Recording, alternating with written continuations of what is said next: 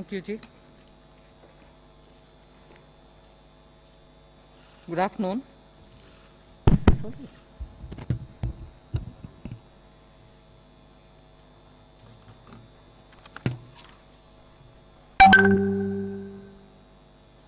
I'd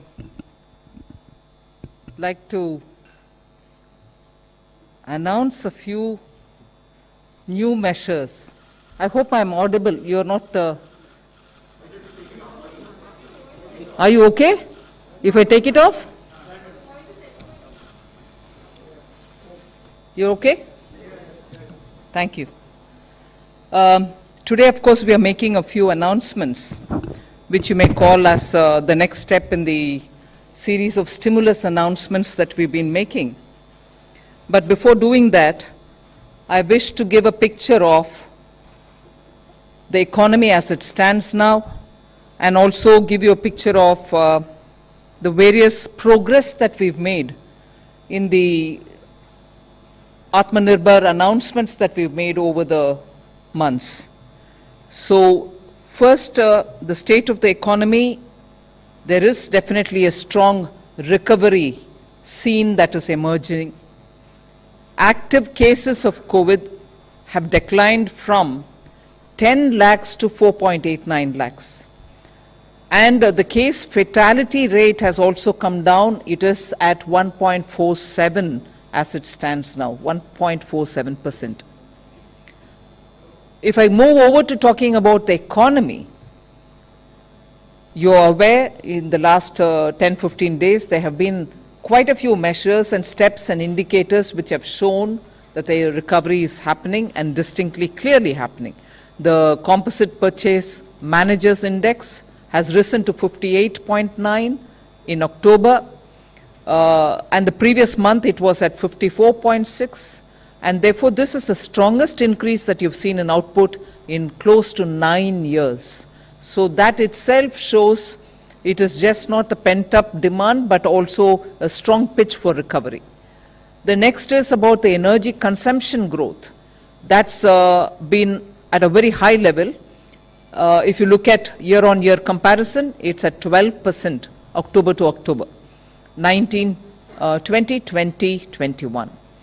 The GST collections, of course, even as it was announced, you know, had touched 1.05 gross, 1.05 lakh crores, and it's a 10% year-on-year comparison. Daily railway freight tonnage also has grown by 20% year-on-year, and if you were to look at the previous week comparison, we are taking it that it is year-on-year 12% was the figure earlier. Bank credit, which most often we have this little worry that credit flow is slowed, but I would like to say here, bank credit year-on-year growth improved by 5.1% as of 23rd October 2020. Of course, markets, you're watching, markets are at record high. Record market capitalization is happening. Net investments, FPIs, is positive, and the reserves like never before of foreign exchange is at $560 billion US. Now, you also know that the RBI has now announced that it will come out with a monthly report of how the economy is moving. And the first of such series of monthly reports, it used to give us reports even earlier, but now looking at the economy, they are giving us this monthly report, which predicts a strong return to proper growth of the Indian economy, to positive growth, and in Q3 itself there could be a strong growth which will bring into the positive terrain, and the expectation earlier was that it will be probably in the fourth quarter that we will reach that kind of a number, but RBI predicts probably that will happen even in the Q3. You also seen that several prominent economists have been writing as to what is the nature of this rebound, and it is just not due to pent-up demand. It's a sustainable, strong economic growth that which is being read by many economists who have been writing and also noticing that this growth is also getting energized by the unrelenting reform pitch with which a lot of strong steps towards systemic reforms are being taken by the government. So this is the strong recovery picture which I'd like to put before you. And like the earlier announcements, I'll do it in English and Anuragji would do it in Hindi. Before I go in for the Hindi, it's also important for us, and I'm sure many of you all have noticed, that Moody's today have come out with the numbers for Indian economy, saying that earlier they were talking about 9.6 negative growth for India, which they have now reassessed and said that it won't probably be at 9.6 negative, it might probably just be 8.9 negative. Whereas for 2022, they had come with a very clear indication that India will be growing at 8.1% earlier, but now they've corrected themselves and said probably India will be growing not at 8.1, but at 8.6. So even these kind of assessments which are being made by agencies are indicating that there is a correction which is happening in a positive direction for India. धन्यवाद माननीय वित्त मंत्री जी। नमस्कार। जैसा माननीय वित्त मंत्री जी ने कहा कि भारत की अर्थव्यवस्था के बारे में जो पीछे कुछ कदम उठाए गए उससे मजबूत वापसी भारतीय अर्थव्यवस्था की हुई है और उसके कुछ आंकड़े आप सबके सामने रख रहे हैं। सबसे बड़ी चुनौती थी कोविड-19 महामारी से लड़ने की, और ये भी स्पष्ट दिखता है कि जहां 10 लाख केसेस से कम होकर ये 4,79,000 केसेस रह गए हैं, वहीं पे मृत्यु दर भी देखा जाए तो मात्र 1.47%, यानी कि दुनिया में सबसे कम में से एक है। परचेज मैनेजर्स इंडेक्स की अगर हम बात करें कंपोजिट की, तो वो भी 54.6% पिछले महीने से बढ़कर लगभग 58.9% अक्टूबर में हुई है। ये अपने आप में स्पष्ट दिखाता है कि कितना सुधार हुआ है और पिछले 9 वर्षों में सबसे ज़्यादा है। बिजली की खपत, ये भी एक और आंकड़ा है जो मैं आपके सामने रखना चाहता हूं कि पिछले अक्टूबर माह के मुकाबले 12% इस साल ये बढ़ी है। इसी तरह से जीएसटी कलेक्शन अगर पिछले साल अक्टूबर में 95,000 करोड़ थी, तो इस साल अक्टूबर में 1,05,000 करोड़ हुई है, जो लगभग 10% ज़्यादा है। तो बिजली की खपत भी बढ़ी जो 12% बढ़ी, जीएसटी कलेक्शन बढ़ी जो लगभग 10% ज़्यादा है पिछले साल अक्टूबर से। रेलवे में माल ढुलाई के भी आंकड़े प्रति टन अगर आप देखेंगे तो पिछले साल के मुकाबले लगभग 20% ईयर ऑन ईयर बेसिस पर है, जो कि पिछले साल लगभग 12% इसी हफ्ते में अगर आप देखेंगे पिछले हफ्ते थी। बैंक क्रेडिट की अगर मैं बात करूं, जो बैंकों ने पैसा दिया है, कर्ज दिया है, वो ईयर ऑन ईयर बेसिस पे साल भर 10 साल देखेंगे तो उसमें भी 5.1% का ये इम्प्रूवमेंट है, सुधार है, जो 23 अक्टूबर 2020 की फिगर है। मार्केट्स के आंकड़े आपके पास रोज आते हैं जो रिकॉर्ड हाई हैं, ऊंचले स्तर पर हैं। मार्केट कैपिटलाइजेशन ये भी रिकॉर्ड है, और इसमें जो एफपीआई नेट इन्वेस्टमेंट्स हैं उसमें जो पॉजिटिव आया है वो भी आप सबके सामने है। और अगर विदेशी मुद्रा भंडार की मैं बात करूं तो ये अपने आप में एक रिकॉर्ड है कि $560 बिलियन ये भारत का विदेशी मुद्रा भंडार है। ये अपने आप में एक सुखद खबर है। एफडीआई इनफ्लो, विदेशी पूंजी निवेश, ये अगर आप महामारी के समय भी अप्रैल से लेकर अगस्त महीने तक का देखेंगे तो $35.37 बिलियन हुआ है, जो लगभग पिछले साल से 13% ज़्यादा है। तो ये कुल मिलाकर सारे आंकड़े दिखाते हैं कि किस तरह से भारत में अर्थव्यवस्था में वापसी बड़ी मजबूती के साथ हुई है। ये आंकड़े अपने आप उस दिशा में दिखाते हैं। आरबीआई ने जो प्रेडिक्शंस की थी, जो भविष्यवाणी एक तरह से की, उसमें भी अगर आप देखेंगे कि भारतीय इकोनॉमी में जो बदलाव और उसमें वापसी की बात कही है, वो बहुत फर्क इस बार देखने को मिलता है। पॉजिटिव ग्रोथ की बात कही उन्होंने Q3 में, यानी कि तीसरी तिमाही में पॉजिटिव ग्रोथ की बात कही है। और वहीं पर जो अगले साल के लिए भी बात कही कि चौथा क्वार्टर जो है उसमें हम लोग बेहतर करेंगे, ये भी अपने आप में एक बहुत बड़ी बात है। जैसा माननीय वित्त मंत्री ने अपनी अभी कहा कि मूड देश के अंदर भी ठीक हुआ और मूडीज की रेटिंग भी जो है वो भी भारत के प्रति उसमें सुधार हुआ है। जो -9.6% कही थी उसमें बदलाव करके उन्होंने अब 8.9% कहा है माइनस, और अगले वर्ष के लिए जो उन्होंने 8.1% ग्रोथ पॉजिटिव कही थी उसमें भी 8.6% कहा है। तो अपने आप में दिखाता है कि देश के अंदर तो सुधार अर्थव्यवस्था में हो रहा है, दुनिया भर की नजरों में भी भारतीय अर्थव्यवस्था और मजबूत होगी, इस दिशा में आंकड़े सामने आ रहे हैं। I now go to telling you about on some selected announcements made during Atmanirbhar Bharat Abhiyan, the progress, so that you know that there is a continuity with which we are coming up with the announcements. And I call them under Atmanirbhar Bharat Abhiyan 1.0 and Atmanirbhar Bharat Abhiyan 2.0.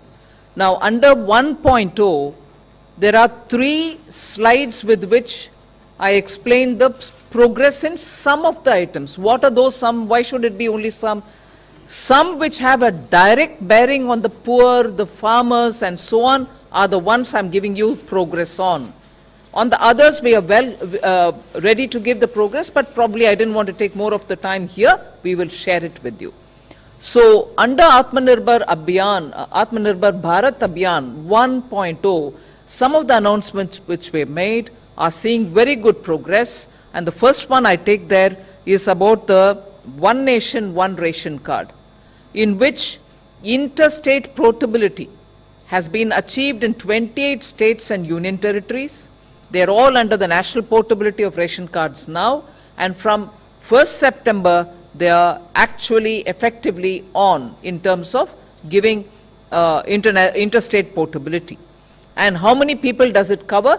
68.6 crore beneficiaries are now opting for lifting their food grains from any of the FPS stores of their choice in any of the 28 states or union territories.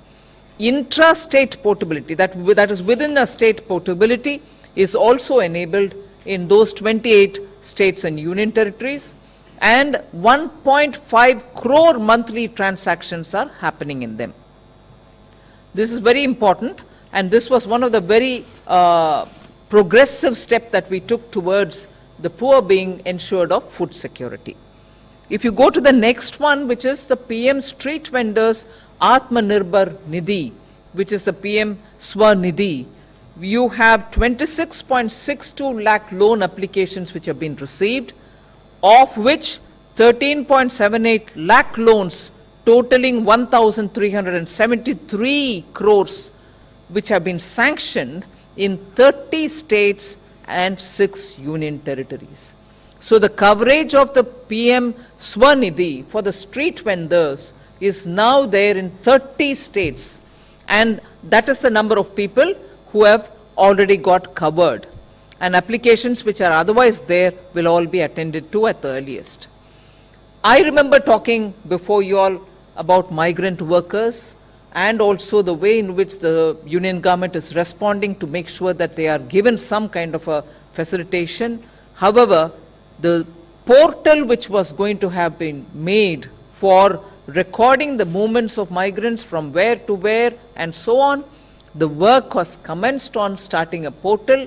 Labour Ministry together with the Finance Ministry and other concerned ministries are working together closely with the states, and the work has commenced for creating a portal on migrant workers.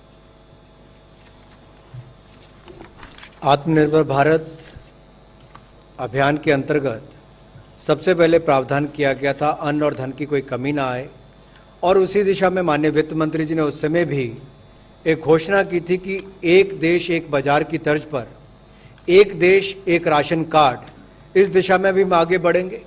राज्यों को कहा था कि अपने यहाँ पर लागू करें, और हमें कहते हुए प्रसन्नता हो रही है कि 28 राज्यों में और यूनियन टेरिटरीज में इसको लागू कर दिया गया है 1 सितंबर 2020 से। इसमें लगभग 68.6 करोड़ बेनिफिशरीज, यानी कि 68 करोड़ 6 लाख से ज़्यादा बेनिफिशरीज को, लाभार्थियों को इसका लाभ मिला है, जिनके पास अब ये प्रावधान होगा कि वो एक राज्य के बजाय दूसरे राज्य में भी जाएंगे तो वहाँ जाकर फेयर प्राइस शॉप से, यानी कि राशन डिपो से राशन ले सकते हैं। तो मजदूर जो प्रवासी है वो केवल अपने घर, अपने गांव में ही डिपो से राशन लेने के बजाय अब जहां पर भी काम करने जाएगा वहां पर राशन ले सकता है। ये सुविधा भी उसको दी है। और एक इंटरस्टेट पोर्टेबिलिटी की जब हम बात करते हैं, इसमें 28 राज्य और यूनियन टेरिटरीज की जब मैं बात कर रहा हूं तो इसमें लगभग 1.5 करोड़ ट्रांजैक्शंस प्रति माह हो रही है। इससे भी पता चलता है कि किस तरह से इसको बल मिला है और आगे इसका लाभ भी मिलेगा। दूसरा, जो स्ट्रीट वेंडर्स जो अपने परिवार का पेट भरते हैं, रेडी फड़ी इस पे काम करके, ठेला लगाकर, उनके लिए भी माननीय प्रधानमंत्री जी ने निर्देश दिए थे और माननीय वित्त मंत्री जी ने घोषणा की। तो उसमें भी अब तक लगभग 26,62,000 जो आवेदन आए थे लोन के लिए, उसमें से 13,78,000 लोन सैंक्शन कर दिए गए, जिनको कुल मिलाकर 13,73,33,000 रुपये के लगभग पैसा सैंक्शन हुआ है। 30 राज्यों में और 6 यूनियन टेरिटरीज में हुआ है। और हमने केवल घोषणाएं नहीं की, इसको जमीन तक लागू करवाया। और इसके लिए जो पोर्टल की बात माननीय वित्त मंत्री जी ने कही कि जो प्रवासी मजदूर हैं उनके लिए एक वर्किंग पोर्टल भी हमने तैयार किया है, ताकि पारदर्शिता भी आए और जवाबदेही भी तय हो। इस पर भी काम शुरू हुआ है। I move to the next. Again, progress in some key items under the Atmanirbhar 1.0 announcements. At that time, we had made announcements linked to the Kisan credit cards. Credit boost has been achieved to 2.5 crore farmers through the KCC. 183 lakh applications were received, slightly over that, and banks have issued that 157 lakh KCC, Kisan credit cards, to the eligible farmers, and the total amount sanctioned is also given there, 1,43,262 crores were distributed in 2 phases. So that progress ensured that the farmers got the Kisan credit cards, and also the eligible farmers who received the Kisan credit cards received that money amount as sanctioned credit for those farmers. So farmers were covered through the Kisan credit card and through the Kisan credit card for the immediate agricultural activity based requirements.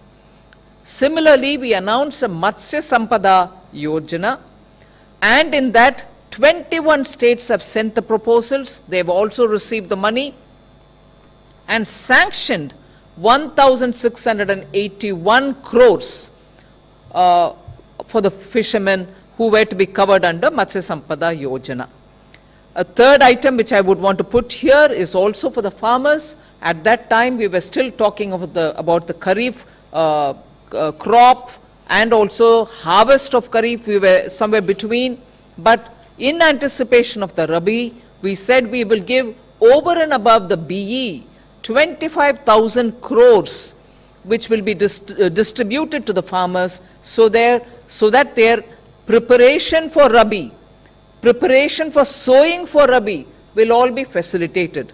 I am happy to say 25,000 crores have been distributed of that additional amount over and above the BE through the NABARD for that purpose. So मजदूर के बाद किसान की बात, और कृषि के लिए और किसान के लिए तो माननीय प्रधानमंत्री जी ने 2014 में ही कृषि मंत्रालय के साथ किसान कल्याण मंत्रालय नाम भी दिया था। बहुत सारे कदम पिछले कुछ महीनों में उठाए गए हैं, और जिसमें एक घोषणा माननीय वित्त मंत्री जी ने उस समय की थी कि ऋण में वृद्धि करेंगे 2.5 करोड़ फार्मर्स को नए किसान क्रेडिट कार्ड देकर। और आज बताते हुए प्रसन्नता हो रही है कि अब तक लगभग 1,83,14,000 से ज़्यादा एप्लीकेशन जो रिसीव की गई हैं, उसमें बैंकों ने 1,57,44,000 से ज़्यादा किसान क्रेडिट कार्ड को एलिजिबल पाया है, पात्र पाया है। और कुल मिलाकर 1,43,262 करोड़ रुपया 2 चरणों में, 1,43,262 करोड़ रुपया 2 चरणों में लगभग 1,57,44,000 किसानों को सैंक्शन किया है। ये अपने आप में बहुत बड़ी उपलब्धि है, कुछ महीनों के अंदर करके दिया। इसके साथ साथ हमने प्रधानमंत्री मत्स्य संपदा योजना के अंतर्गत जो 21 राज्यों के माध्यम से आवेदन आए थे, उनकी प्रपोजल्स को भी सैंक्शन कर दिया है और कुल मिलाकर 1,681 करोड़ रुपया इसके लिए सैंक्शन किया है, जिससे मत्स्य पालन में वृद्धि भी होगी और इससे हमारे मछुआरों की आय में भी बढ़ोतरी होगी। तीसरा जो इसमें पहलू है वो अतिरिक्त जो पूंजी है, कार्यशील पूंजी, उसके लिए इमरजेंसी वर्किंग कैपिटल फंड, ये भी किसानों को देने के लिए नाबार्ड के माध्यम से ये कदम उठाया गया है और कितना 25,000 करोड़ रुपए इसमें डिसबर्स अतिरिक्त किया गया है। ये अपने आप में दिखाता है कि किसानों के प्रति मोदी सरकार किस तरह से कदम उठाती है। इससे किसानों को लाभ भी मिलेगा और उनको पैसों की, क्रॉप लोन की कोई कमी नहीं आएगी। इससे आपके कोऑपरेटिव बैंक्स और इन सब के माध्यम से नीचे तक पैसा पहुंच गया है। ये भी भारत सरकार ने कुछ ही महीनों में करके दिया है। I now move to the third slide, showing the progress of some of the key areas which relate to the Atmanirbhar Bharat package of 1.0. That is the first stage announcement of the Atmanirbhar. I move to the third slide, where the emergency credit liquidity guarantee scheme which was announced, which came to be identified with just the MSMEs, which did not just help the MSMEs but also help professionals and others. Total amount sanctioned, it was a 3 lakh crore ECLGS, in which 2.05 lakh crores have been sanctioned to about 61 lakh borrowers, who included MSMEs, professionals and many others who were just not MSMEs, they could be others also, of which 1.52 lakh crores have been disbursed. So that is on the ECLGS. We also had announced at that time partial credit guarantee scheme through the public sector banks. They have bought portfolios worth 26,889 crores. Again, that also infused liquidity. There was a third scheme called the special liquidity schemes, which were primarily for the NBFCs and the housing finance corporations, the smaller ones. 7,227 crores have been disbursed to the NBFCs and the HFCs. And the last item here relates to how much of liquidity has been infused into the DISCOMs. 17 states have received a sanction of 118.273 crores. Am I right in saying that? 1,18,273 crores worth of loans have been sanctioned to about 17 states, of which 11 states have received disbursed amounts. Amounts have been released to them to the extent of 31,136 crores. So this is just very quickly to give you the progress of what happened was what had been announced as Atmanirbhar Package 1, and on that some selected items for which progress is shown here, but progress is happening in each one of the announcements which were made, which will be separately given to you rather than taking more time. We are only till now talking about what was announced, what progress is being made. I'll quickly also say about Atmanirbhar 2.0, about which there'll just be one slide for you all to know if the progress is being made. Post that, I'll go for today's announcements. धन्यवाद। Emergency credit line guarantee scheme जो मध्यम सूक्ष्म लघु कुटीर उद्योग के लिए initially launch की थी और बाद में बाकियों के लिए भी, प्रोफेशनल से लेकर बाकी वर्गों के लिए उसको खोला गया। ये बताते हुए प्रसन्नता होती है कि 61 लाख लोगों ने इसका लाभ उठाया है, अकाउंट होल्डर्स ने, और जिसमें लगभग 2,05,000 करोड़ रुपया सैंक्शन किया गया है और वितरित किया गया, वो भी 1,52,000 करोड़ रुपया इसमें वितरित किया गया। ये मात्र चंद महीनों के अंदर उद्योगों को मदद करने के लिए 20% अतिरिक्त कार्यशील पूंजी देने का काम बीड़ा जो भारत सरकार ने उठाया था, उसकी रिपोर्टिंग हम आपको कर रहे हैं। 1,52,000 करोड़ रुपया अब तक इसमें वितरित किया गया है और कुल मिलाकर 2,05,000 करोड़ रुपया इसमें 61 लाख बोरो को सैंक्शन किया गया है। आगे पार्शियल क्रेडिट गारंटी स्कीम 2.0 में पब्लिक सेक्टर बैंक्स ने लगभग 26,890 करोड़ रुपए के पोर्टफोलियो लिए हैं और स्पेशल लिक्विडिटी स्कीम के अंतर्गत एनबीएफसी और हाउसिंग फाइनेंस कॉरपोरेशन कंपनीज ने 7,227 करोड़ रुपया भी वितरित किया है, जो अपने आप में आपको दिखता होगा कि हाउसिंग के क्षेत्र में किस तरह से पिछले कुछ महीनों में एक बड़ा बदलाव, एक सकारात्मक रुख देखने को मिला है। लोगों ने घर खरीदने से लेकर आगे तक भी काम करना शुरू किया है। डिस्कॉम्स को मदद करने की हमने बात की थी कि उनको धन भी मिलेगा, इसमें आगे उनको लिक्विडिटी उपलब्ध करवाई जाएगी, और ये कहते हुए हमें प्रसन्नता हो रही है कि 1,18,273 करोड़ रुपए के ऋण जो है वो 17 राज्यों को और यूनियन टेरिटरीज को हमने सैंक्शन किए हैं और इसमें से 31,136 करोड़ रुपया अभी तक इसमें वितरित कर दिया गया है, राज्यों को दे दिया गया है। कितने? 11 राज्यों और यूनियन टेरिटरीज को अब तक दे दिया गया है। ये अब तक का 3 पहलू जो बताए गए, मजदूर और गरीब पहला चरण, दूसरा किसान और मछुआरा, और तीसरा व्यापारी और डिस्कॉम्स, इस तक के लिए हमने आपको बात कही है।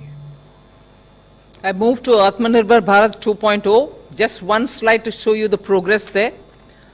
We had made these announcements on 12th of October, largely talking about the festival advance which was going to be given as a actual break away from the recommendations of the Pay Commission. We brought back the festival advance just this one time so that people get money in their hands to spend. SBI is issuing what is called the Utsav cards, through which festival advance is being given. Good progress is being made there. LTC voucher scheme was also launched for the central government, and many of these employees who are unable to travel because of the given conditions were given the option, instead of traveling, they could spend that money in buying some things, and in that also we are seeing a lot of progress. Other than that, Atmanirbhar Bharat 2.0 package also spoke about 25,000 crores in addition being provided over and above the BE for capital expenditure, primarily aiming at Ministry of Road Transport and also Ministry of Defence. That is also being well received by both the ministries, and they are taking a lot of steps forward. And the last one which I'll refer here is 11 states have been sanctioned 3,621 crores as interest-free loans towards capital expenditure. You'll remember that we had announced this. 11 states have already taken 3,621 crores. Just 1 minute here. I want to give an additional input that this 3,621 crores is not inclusive of what Bihar proposes to do, because Bihar was going through the election code of conduct and other things. They had not said. You may add another about 450 crores to that amount, which will be spent by Bihar for its own capital expenditure. Over and above this, which I think we have not mentioned here, which is only right that we have not mentioned it here, is income tax refunds, which even then I did say, and even now I'm saying, that is people's own money, taxpayers' own money. But why am I including it saying here? Refunds have gone in a big way to the people because in time, if they get the money, the refund, it will help them. 1,32,800 crores have gone as refunds to nearly 39.7 lakh assessees. It's their money. I'm not making a claim to that. But refund, instead of sitting with us for whatever reason, which is not right, without any delay, has been given to the tax assessees in time. 1,32,800 crores. आत्मनिर्भर भारत 2.0 इसकी घोषणा 12 अक्टूबर को की गई थी, जिसमें 14वें वित्त आयोग में जो सुविधा नहीं थी कि आपको किसी त्योहारों के समय एडवांस देना है, उसमें भी एक बार के लिए छूट देकर फेस्टिवल एडवांस देने की शुरुआत की और एलटीसी वाउचर स्कीम लेकर आए थे। उसमें भी बहुत प्रगति हुई है और एसबीआई ने उत्सव कार्ड लॉन्च किया है, जिसका सरकारी कर्मचारी लाभ उठा रहे हैं। इसके अलावा पूंजीगत व्यय के लिए 25,000 करोड़ रुपया सड़क परिवहन मंत्रालय को और रक्षा मंत्रालय को दिया गया है, जिस पे भी आगे बहुत अच्छे कदम उठाए गए हैं। ये भी एक उस दिशा में काम किया गया था। इसके अलावा जो 11 राज्यों को 3,621 करोड़ रुपया बगैर ब्याज के ऋण दिया गया है, ताकि वो अपना कैपिटल एक्सपेंडिचर कर सकें, पूंजीगत व्यय कर सकें। ये 11 राज्यों को अब तक दिया जा चुका है। बिहार क्योंकि चुनाव में था, इसलिए उनका निर्णय इसके बाद आएगा, लेकिन कुल मिलाकर इसमें भी सभी राज्यों को बहुत लाभ मिलेगा और इसका लाभ भी उनको मिलेगा। जैसा माननीय वित्त मंत्री जी ने कहा कि इनकम टैक्स रिफंड है तो जनता का पैसा, करदाताओं का पैसा, लेकिन इस महामारी के समय उनको सही समय पर या समय से पहले वो पैसा मिले, तो लगभग 1,32,800 करोड़ रुपया अब तक 39,70,000 लोगों को ये पैसा वापस मिल चुका है। 1,32,800 करोड़ रुपया। तो ये अपने आप में एक इनकम टैक्स डिपार्टमेंट ने अपनी ओर से तेजी से काम किया है, ताकि लोगों के पास धन की कमी ना हो। I now move to today's announcements. There are 12 different things that we want to announce. You may want to refer to it as Atmanirbhar 3.0. I first start with the first announcement, which is Atmanirbhar Bharat Rozgar Yojana. I have 3 slides on it. This Prime Minister Rozgar Protsahan Yojana is something which all of you all already know. It exists. It was implemented up to 31/3/2019. It had covered all sectors beginning textiles, and then it was expected to run 3 years. It is running for 3 years. So even if somebody joined the scheme on 31/3/2019, they would be covered under that existing scheme for another, from then 3 years. It is still active. Up to today, there's about 8,300 crores which have been disbursed to the beneficiaries, and there are about 1,52,899 establishments which are covering that many number of 1,21,69,000 odd beneficiaries under the PM Rozgar Protsahan Yojana, which is an existing Yojana. The new scheme, which we are now calling as Atmanirbhar Bharat Rozgar Yojana, is being launched so that we incentivize creation of new employment opportunities so that the recovery phase benefits from it. What does this mean? It means that every EPFO registered establishment, those registered establishment, if they take new employees who never were covered by EPFO earlier, if they take them on, or if they bring in employees who had lost their jobs between 1st March 2020 and 30th September 2020, even they will be counted as new employees, although they may have an EPFO number earlier. Both will benefit from this. I'll go back to saying, go to the next slide, but not now, next slide. If I do, when I move over to that, I'll explain as to what kind of benefit will be given. But EPFO registered organizations, if they bring in new employees, new employee being those who didn't have an EPFO number earlier, or new employee being those who lost the job between 1st March and 30th September of this year, will all be counted as new employee who join or who get recruited by EPFO registered organization. They will get some benefits. The benefits I'll explain in a minute, but this is the new scheme which we are launching now. And this will be effective from 1st October 2020. So EPFO registered organizations which recruit new employees from 1st October will be covered. They will be covered for the next 2 years. The earlier scheme covered for 3 years. Now it will cover for 2 years. आज की घोषणाओं में लगभग 12 ऐसी घोषणाएं की जाएंगी और इसमें सबसे पहले तो आत्मनिर्भर भारत रोजगार योजना, इस पर मैं कुछ प्रकाश डालना चाहूँगा। अगर आप देखें प्रधानमंत्री रोजगार प्रोत्साहन योजना में जो 31 मार्च 2019 तक लागू की गई थी, और इसमें प्रयास ये था कि लोगों को संगठित क्षेत्र में लेकर आएं और नया रोजगार भी इससे उत्पन्न हो। इसमें कुल मिलाकर अब तक 8,300 करोड़ रुपए के बेनिफिट लगभग 1,52,899 संस्थाओं को मिले, और जिसमें कुल मिलाकर 1,21,69,960 बेनिफिशरीज यानी कि लाभार्थी उसके अंतर्गत आए।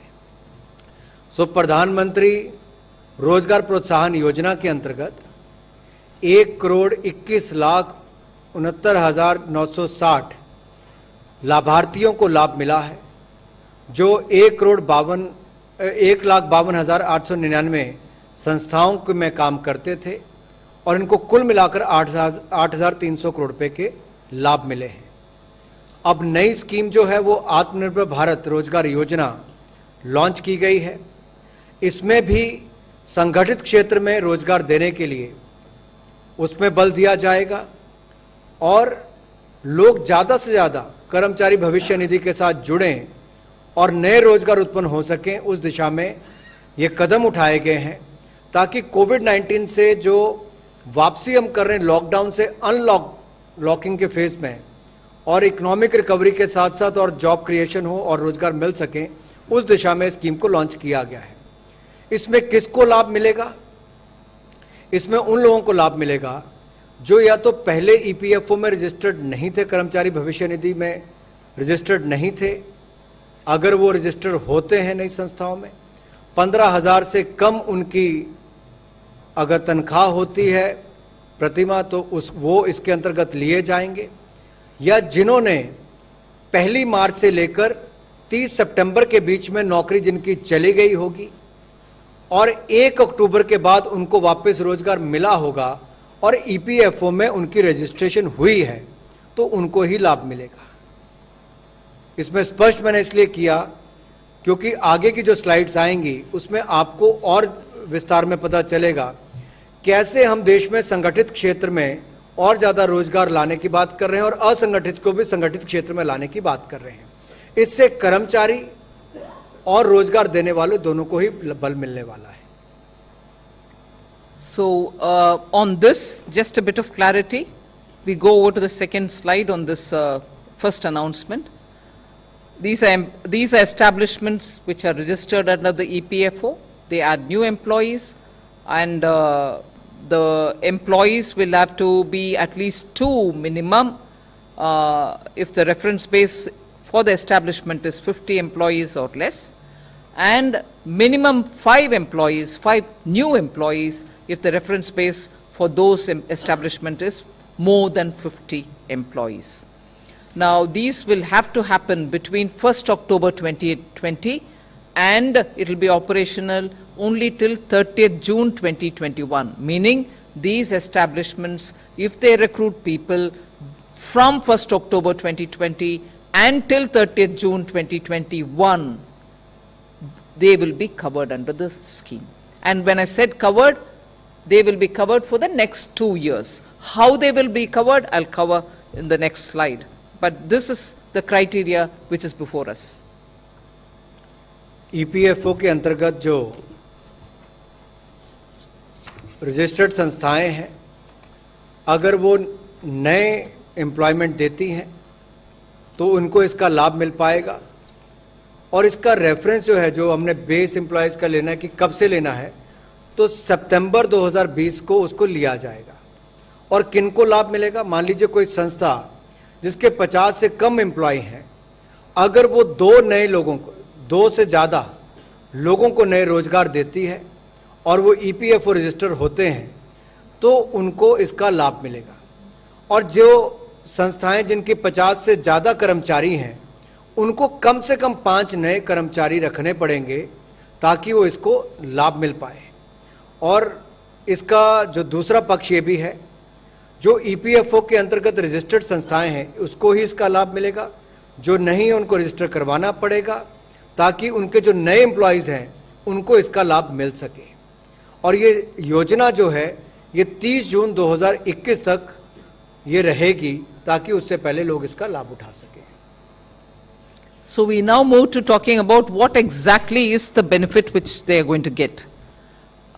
Central government will give the subsidy for 2 years in respect of the new eligible employees who are engaged on or after 1/10/2020 till, as I said, June of 2021, for those establishments which have up to 1,000 employees or less.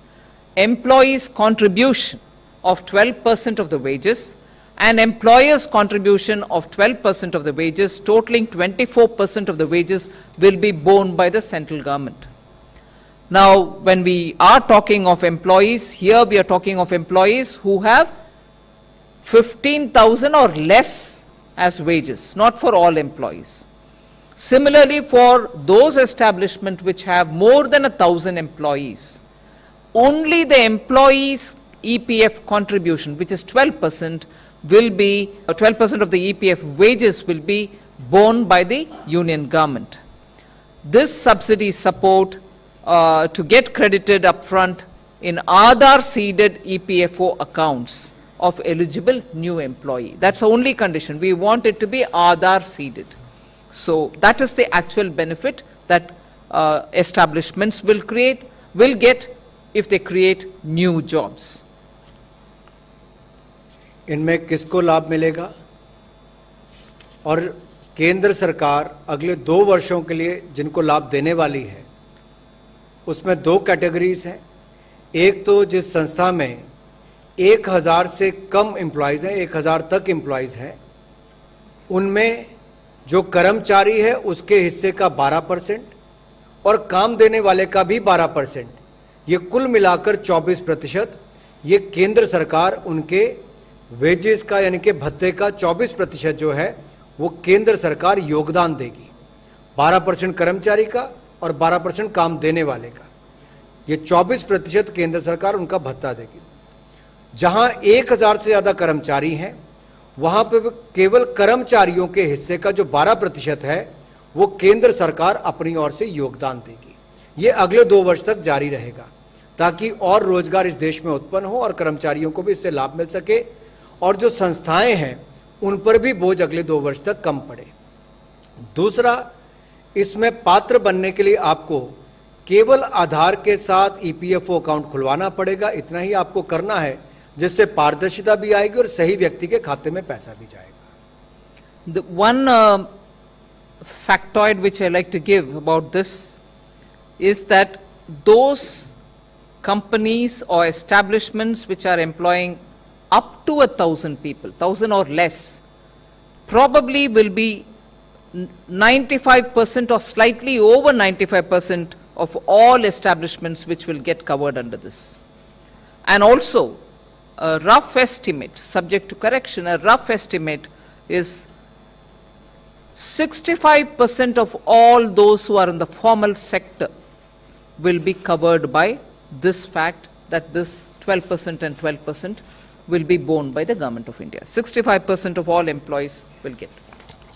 जैसा माननीय वित्त मंत्री जी ने कहा, लगभग 95% संस्थाएं इसमें cover हो जाएंगी, लगभग सभी संगठित क्षेत्र के लोग इसमें लाभ उठा पाएंगे। और 65% की जो आंकड़ा अभी कहा है वो अपने आप में दिखाता है, दोनों ही आंकड़े बहुत बड़े हैं, किस तरह से देश के करोड़ों मजदूरों को इसमें लाभ मिलने वाला है, कर्मचारियों को लाभ मिलने वाला है। We go over to the second announcement. The emergency credit line guarantee scheme, which was announced in the Atmanirbhar 1.0, gets extended till 31st March 2021. You probably also were informed that from October, it was extended till 30th November. Devashish is here, he can correct me. From October to, it was extended by 1 month to reach 30th November as the deadline for the ECLGS scheme. But now we are extending it up to 31st March 2021. The details of the scheme is very well known to you, but I'll repeat. It is fully guaranteed loan, it is collateral free loan, and it gives additional credit of 20% of your outstanding loans. And outstanding loans will be decided based on your balance as of 29th February 2020. And outstanding credit limit was about 50 crores. So all this taken on board, we also then extended it for annual turnover up to 250 crores. Earlier we covered only 50 crores, then we moved over to 250. Earlier we covered only MSMEs. Then during the tenure of it, we extended it to even business enterprises and also for individual professionals. Mudra loans, all of them got covered. We kept expanding the scope of the ECGLS. I'm happy to report that as of 12th November, today, 2.05 lakh crores have been sanctioned to 61 lakh borrowers, and of which 1.52 lakh crores have already been disbursed into the accounts of those borrowers. So that is where this is, the first announcement is that this gets extended till 31st March 2021.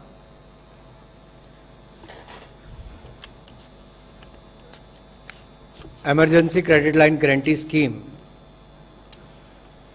जो प्रमुखता से शुरुआत में मध्यम सूक्ष्म लघु कुटीर उद्योग के लिए शुरू की गई थी, जहां पर 20% अतिरिक्त कार्यशील पूंजी देने की बात कही गई थी और उसमें कोई भी कोलेट्रल नहीं देनी थी, ना ही कोई गारंटी देनी थी। भारत सरकार के एक तरह से गारंटी पर ये पैसा बैंकों को आगे देना था। सो ये अतिरिक्त कार्यशील पूंजी जो 20% हमने देनी थी, वो 29 फरवरी 2020 के जो आउटस्टैंडिंग लोन थे उसको देखकर बेस मानकर उसको दिया जाना था। और इसमें जो क्रेडिट था वो लगभग 50 करोड़ रुपए तक वालों के लिए और 250 करोड़ रुपए की जो इसकी वार्षिक टर्नओवर होगी उसके लिए इसके अंतर्गत आना था। इसमें अब इसको बढ़ाकर 31 मार्च 2021 तक कर दिया गया है ताकि और लोग इसका लाभ उठा सकें। और इसमें पात्र कौन होंगे? जो मध्यम सूक्ष्म लघु कुटीर उद्योग हैं उनको, बिजनेस एंटरप्राइजेज हैं वो, कोई व्यक्ति है उसको लेना है, कोई प्रोफेशनल है उसको, ये सारे उसमें हमने कवर किए थे। यहां तक कि मुद्रा के अंतर्गत जिन्होंने लोन लिया था उनको भी इसमें पात्र बनाया गया था। अब ये 31 मार्च 2021 तक इसको बढ़ाया गया है ताकि और लोग इसका लाभ उठा सकें। अब तक इसकी परफॉर्मेंस जो है वो अपने आप में बहुत अच्छी रही है। 61 लाख के लगभग कर्जा लेने वालों को 2,05,000 करोड़ रुपया इसमें सैंक्शन किया गया है और इसमें कुल मिलाकर 1,52,000 करोड़ रुपया वितरित भी किया गया, जो अपने आप में महामारी के समय एक बहुत बड़ी राहत बनकर देश के व्यापारियों के काम आया है। I come to the next announcement, which is I'm linking it with the extension of date of the ECLGS. This is we are launching a credit guarantee support for all the stressed sectors. This was part of what was recognized by the Kamath Committee, which looked at the various sectors which are stressed as a result of the pandemic. So 26 stressed sectors were identified, and for those in that sector plus the health sector, with credit outstanding of about 50 crores and up to 500 crores as on 29th February 2020, this scheme will be extended. And what it does is, it doesn't have an upper ceiling or on annual turnover basis.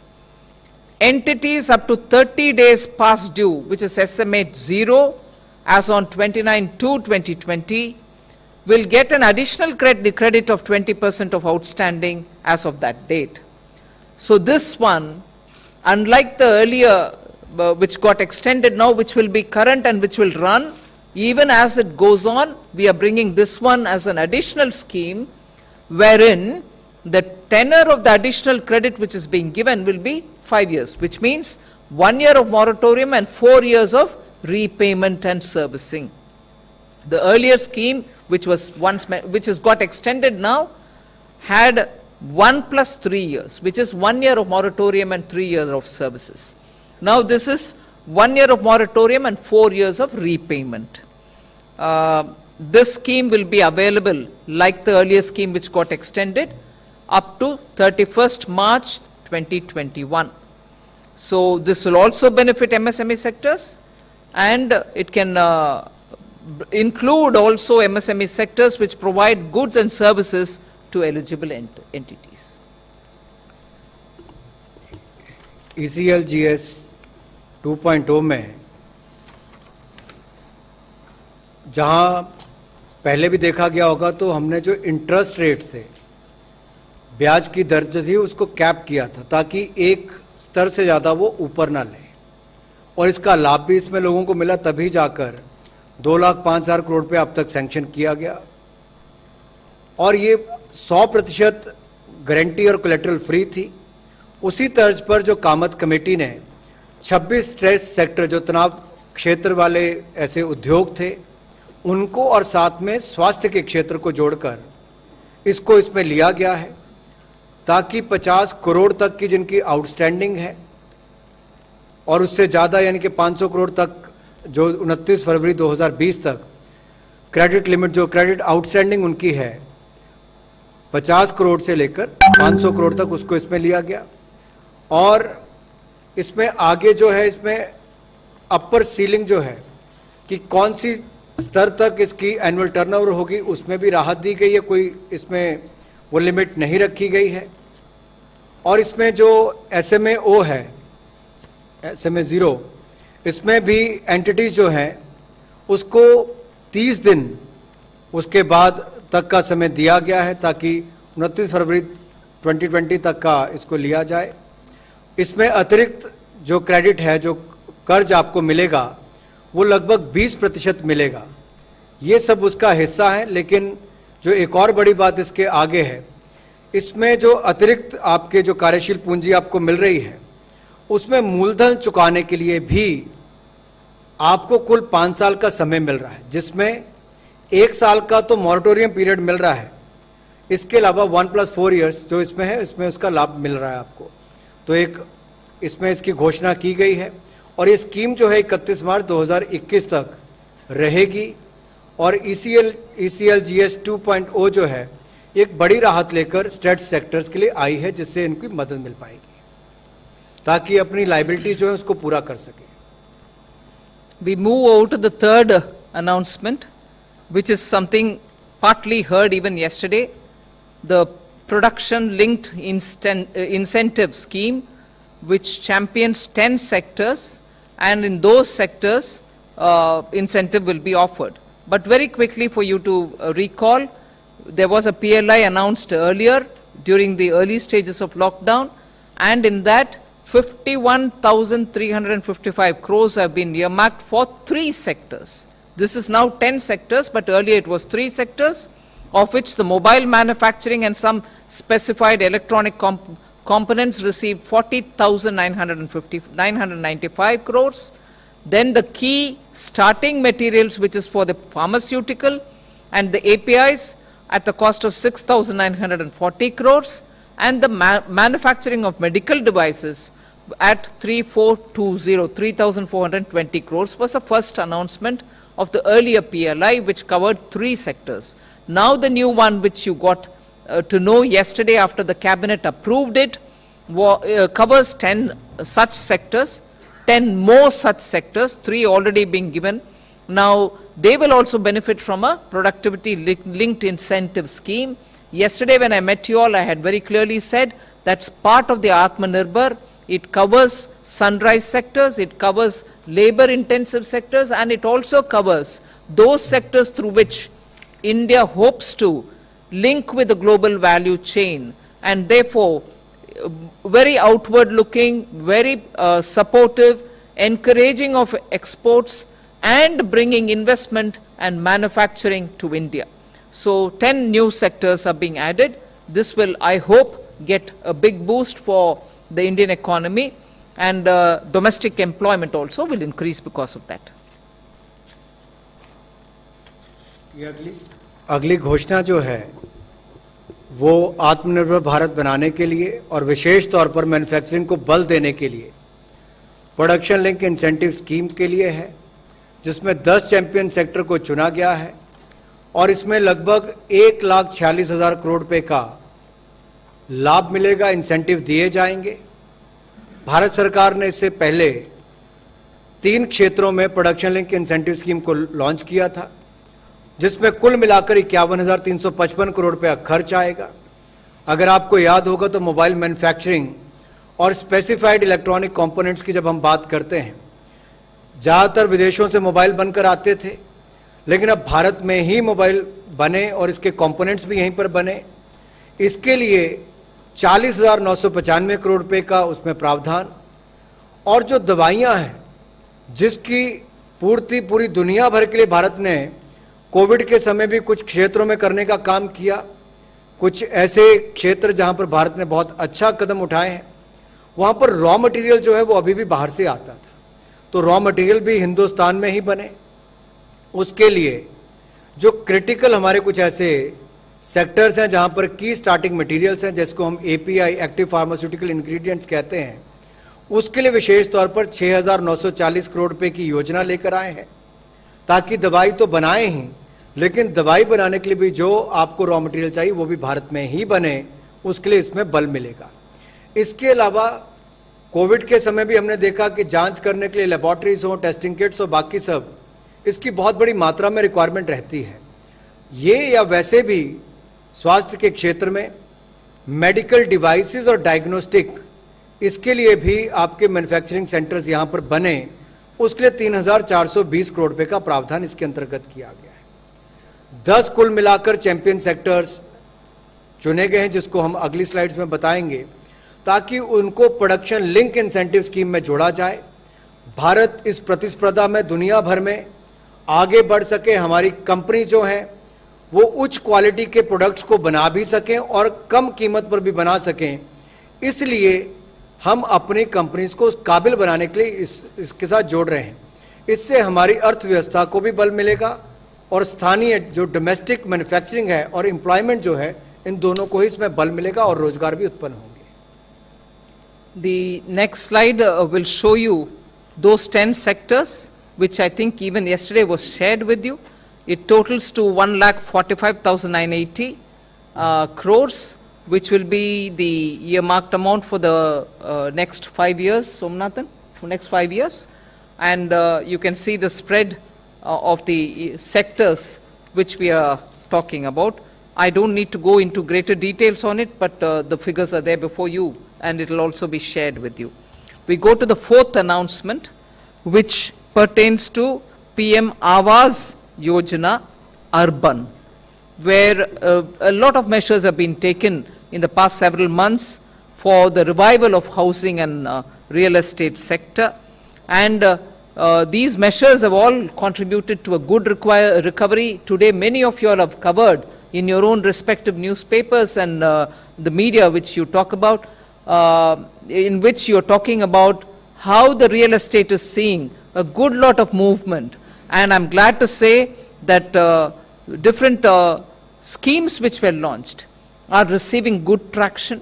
There was this, since the early part of this year, there was this worry that a lot of over and above the budget estimate which was mentioned in the 2020-21 budget under the PM Awas Yojana, particularly for the urban areas, and this extra budgetary resource being provided will help 12 lakh houses to be grounded. Those which have been getting constructed will get grounded, and 18 lakh houses will get completed as a result. So 8,000 crores will be provided even in this year.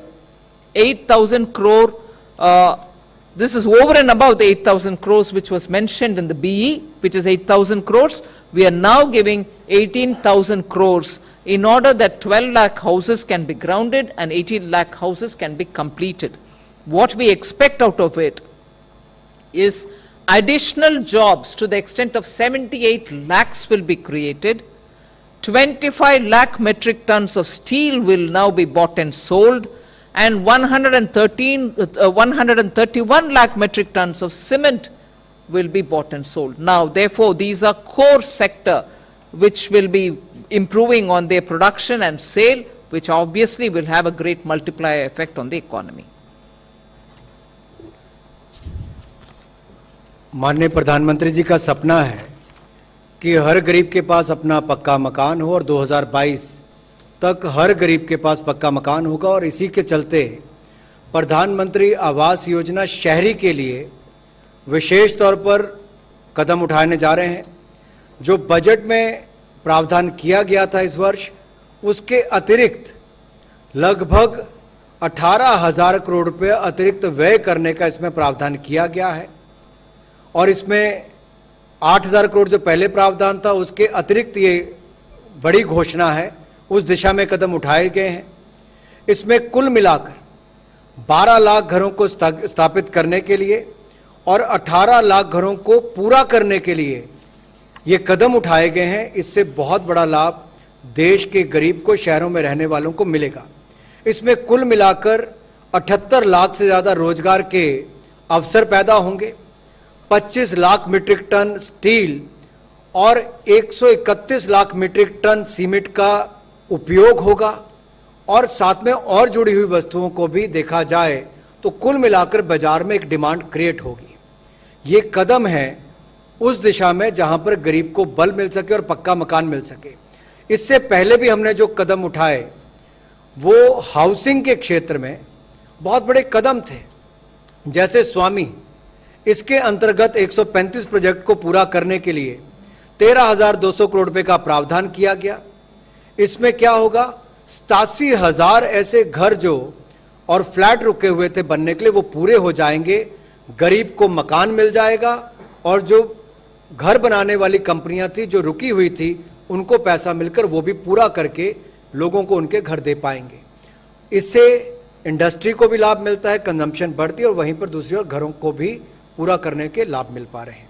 तो कुल मिलाकर 18,000 करोड़ रुपए का अतिरिक्त व्यय प्रधानमंत्री आवास योजना शहरी में किया जाएगा, इसका प्रावधान किया गया है। We move to the fifth announcement of today. This is more to bring in ease of doing business, at the same time give relief to the contractors whose money otherwise gets locked up, and therefore and also it will have a bearing on the cost of bank guarantees. So I think this is a very important step towards enabling people who come into the construction and infrastructure activity. This will support them. Performance security on contracts will now be reduced to 3% instead of 5 to 10%. Will be extended. This will be extended to all ongoing contracts which are free of disputes.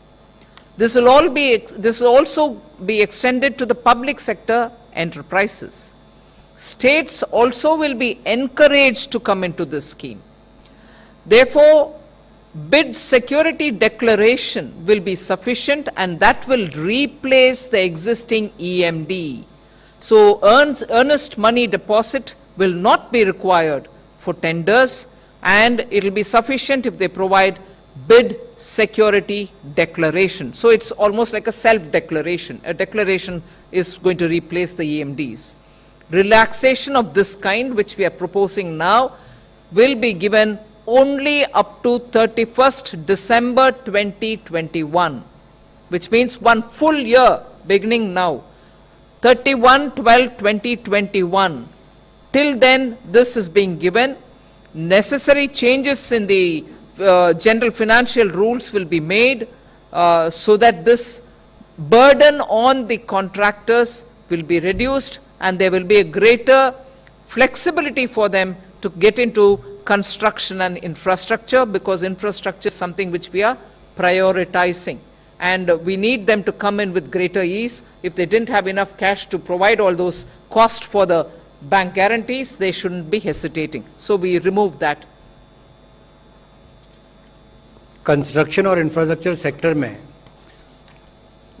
निर्माण और ये के क्षेत्र में जितनी हमारी कंपनियां थी, उनको एक बहुत बड़ी दिक्कत आती थी कि उनके पास कैपिटल और बैंक गारंटी की कमी आती थी, क्योंकि बैंक उनकी जो परफॉर्मेंस सिक्योरिटी है कहीं पर 10%, कई जगह उससे ज़्यादा भी रखते थे, तो कुल मिलाकर पैसा काम करने के लिए उनके पास कम पड़ जाता था। उस दिशा में एक बड़ा कदम उठाया गया है कि इसको कम करके मात्र 3% किया गया है, ताकि कंपनियों के पास वर्किंग कैपिटल भी ज़्यादा हो, बैंक गारंटी ज़्यादा ना देनी पड़े, और वो ज़्यादा से ज़्यादा काम कर सकें और राष्ट्र निर्माण में काम कर सकें। इसमें जनरल फाइनेंशियल रूल्स के अंतर्गत 31 दिसंबर 2021 तक इनको छूट दी जाएगी, यानी कि अगले साल 31 दिसंबर तक इनको छूट दी जाएगी, जहां पर इनको ईएमडीज नहीं देनी पड़ेंगी टेंडर के लिए, और इसको बिड सिक्योरिटी डिक्लेरेशन के साथ रिप्लेस किया जाएगा। इससे इनको एक लाभ मिल पाएगा, कंपनियां ज़्यादा काम ले पाएंगी, ज़्यादा काम कर पाएंगी, और इसको पब्लिक सेक्टर एंटरप्राइजेस को भी हम इसका लाभ देंगे, और राज्य भी चाहें तो वो अपने यहाँ पर भी ये स्कीम लागू कर सकते हैं। ये उनके लिए है जहाँ पर जो ऑनगोइंग कॉन्ट्रैक्ट्स हैं उनका कोई विवाद ना हो, विवादों से परे हो, विवादों से बाहर हो, उसको इसका लाभ मिलेगा। और अब उनको 10% जो परफॉर्मेंस सिक्योरिटी है वो नहीं देनी पड़ेगी, उससे ज़्यादा देते थे वो नहीं देनी पड़ेगी, उसमें मात्र 3% तक किया गया है। इससे कंपनियों को बहुत लाभ मिलेगा। I go to the 6th announcement, which is an income tax relief that we like to give for developers and home buyers. There's quite a lot of inventory is what we are told in the real estate sector. So at the moment what is prevailing is the differential between circle rate and the agreement value. About 10%. Prices may be lower than that, but up to 10% you get relief. Now what we've decided is to increase the differential from 10% to 20% from the period, for the period from the date of this announcement to 30th June 2021 for only primary sales. So the first sale. This relief of up to 20% shall be allowed for both, and the necessary amendments in the IT Acts will be done in the due course, through which, through this particular step, we expect a lot of clearance of inventory, and people will be able to pay less in terms of the differential on which the tax is collected, and the differential is now increased, the gap is now reduced, and therefore they will end up paying far lesser in case of the circle rate differential which affects them. So this is a major step towards middle class, which wants to buy when the housing sector is going through a supply side boom, inventories are sitting, nothing is getting cleared, but people don't have any incentive to go buy it. Now we provide incentive in the form of an income tax relief. Housing के क्षेत्र में ही एक और बड़ा लाभ देने जा रहे हैं ताकि घर बनाने वाले और घर खरीदने वाले दोनों को इसकी राहत मिल सके। देखा जाता है सर्कल रेट में और एग्रीमेंट वैल्यू में अंतर आता है। इनकम टैक्स के धारा 43CA में, सेक्शन 43CA में अगर आप देखें तो 10% का ही उसमें प्रावधान किया गया है, अलाउ होता है इसके अंतर्गत।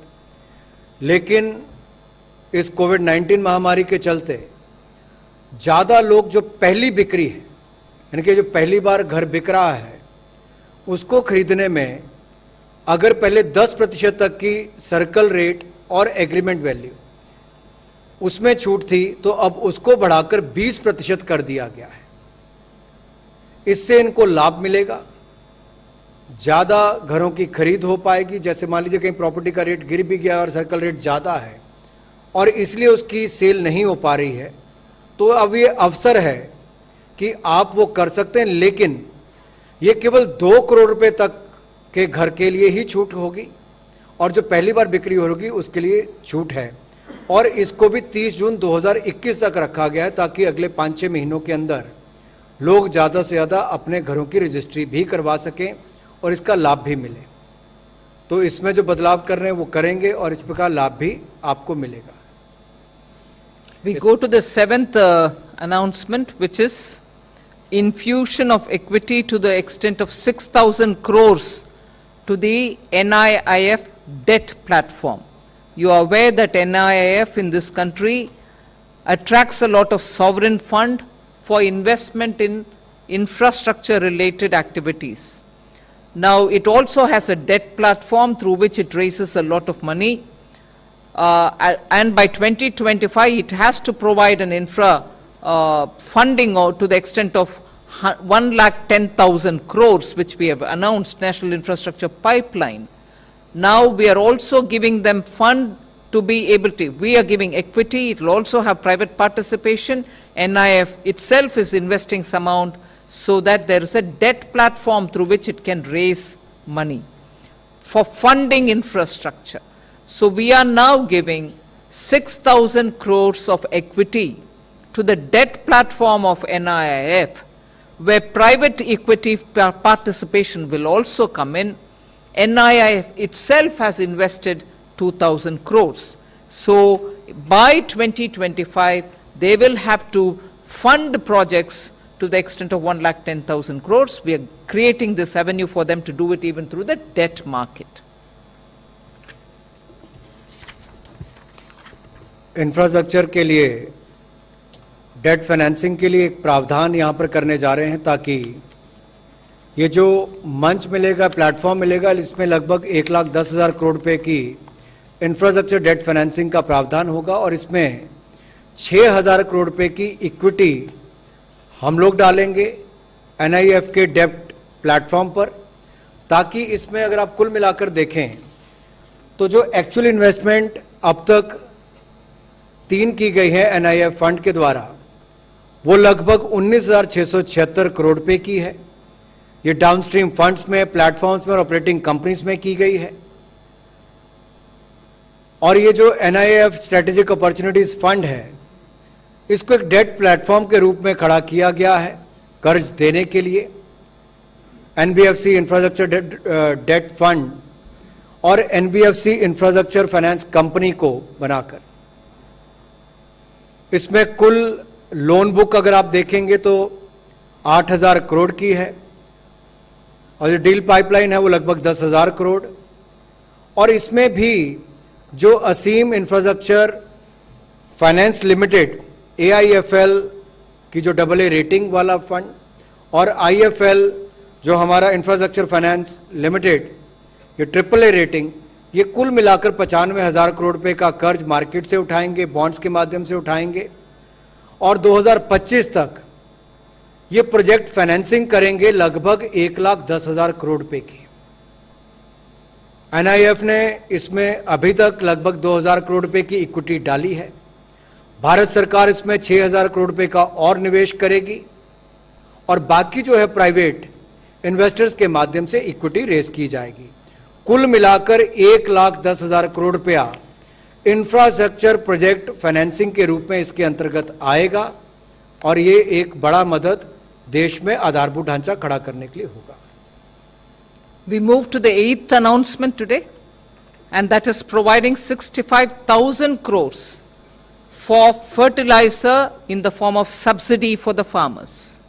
65,000 crores subsidy for fertilizers which will benefit farmers. Now, what is important to notice here is from somewhere near 500 lakh metric tons, which was fertilizer consumption in this country between 2016-17, we expect in 2020-2021, it will increase to the extent of 673 lakh metric tons. So farmers are reaping the benefit of a favorable monsoon. The sown area, so the growing area of crops has extended, increased manifold. As a result, farmers are to be ensured adequate supply of fertilizers, and this increased supply of fertilizers we assess will benefit 140 million farmers, and therefore 65,000 crores is being given to ensure that the forthcoming Kharif will not suffer for want of fertilizer. Farmers should be ensured that they have done a splendid work during Kharif. Now forthcoming Rabi and after that the Kharif after that should be somewhere farmers should be ensured adequate supply of fertilizer is given. 65,000 crores for it. जहां एक और किसानों के लिए बहुत सारी योजनाएं PM किसान से लेकर बाकी नाबार्ड के माध्यम से फंडिंग करके पैसे की कमी किसान के लिए नहीं रखी, वहीं दूसरी ओर अन्नदाता के लिए अगर खेत में सबसे बड़ी आवश्यकता किसी चीज़ की पानी के अलावा पड़ती तो फर्टिलाइज़र की पड़ती है। और जब खेती का क्षेत्र बढ़ जाए, क्षेत्रफल बढ़ जाए बुआई के समय, तो देखने को आया है कि कुल मिलाकर फर्टिलाइज़र की खपत जो है खाद की वो लगभग 17.8% बढ़ी है 2019-20 के मुकाबले, जो लगभग 571 लाख मीट्रिक टन थी। और एक बड़ा कारण क्या है कि बारिश भी अच्छी हुई, मानसून अच्छा रहा, क्षेत्रफल बढ़ा जहां पर बुआई की गई, और कुल मिलाकर 2016-17 में जो फर्टिलाइज़र की कंजम्पशन थी, जो खपत थी फर्टिलाइज़र की, वो 499 लाख मीट्रिक टन से बढ़कर 2020-21 में 673 लाख मीट्रिक टन हो जाएगी। इसके लिए सप्लाई भी ज्यादा करनी पड़ेगी फर्टिलाइजर की, इससे उत्पादन भी बढ़ेगा कृषि का। और क्योंकि ये देश में सब्सिडाइज रेट पर सब्सिडी दी जाती है इसके ऊपर, ताकि किसान के ऊपर बोझ ना पड़े, ये जो 14 करोड़ किसान हमारे देश के हैं, इनको सब्सिडी देकर फर्टिलाइजर दिया जाता है।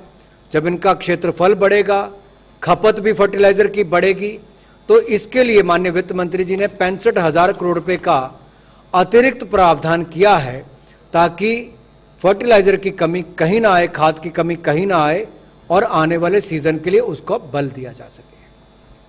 I move to the 9th announcement. We spoke about formal employment. Now we are also talking about informal. You may recall that during the Garib Kalyan Rozgar Yojana, during the lockdown that we announced, 116 districts were brought together where the migrant laborers had gone back. 25,000 was the minimum number of migrant laborers who had reached those districts, for whom money was spent, and 37,543 crores have been spent till date on that. That scheme ended as of October 31st, if you remember correct. That was only for a limited number of days. We have spent that kind of money in those 116 districts. Now, this Garib Kalyan Rozgar Yojana had brought together the Mahatma Gandhi National Rural Employment Guarantee Scheme and also the Garib Pradhan Mantri Gram Sadak Yojana. Both of them were also brought together so that rural employment can be encouraged. You remember that in the budget, we had announced something like 61,000 crores for Manrega. We also gave a 40,000 crore in addition during the Atmanirbhar Bharat 1.0 announcement. So with that announcement of 40,000 crore, Manrega had crossed 1 lakh crore outlay. Now what we are saying is also to underline the fact that out of that 1 lakh crore, 61,000 during the BE, 40,000 during Atmanirbhar Bharat Abhiyan 1.0, both put together over 1 lakh.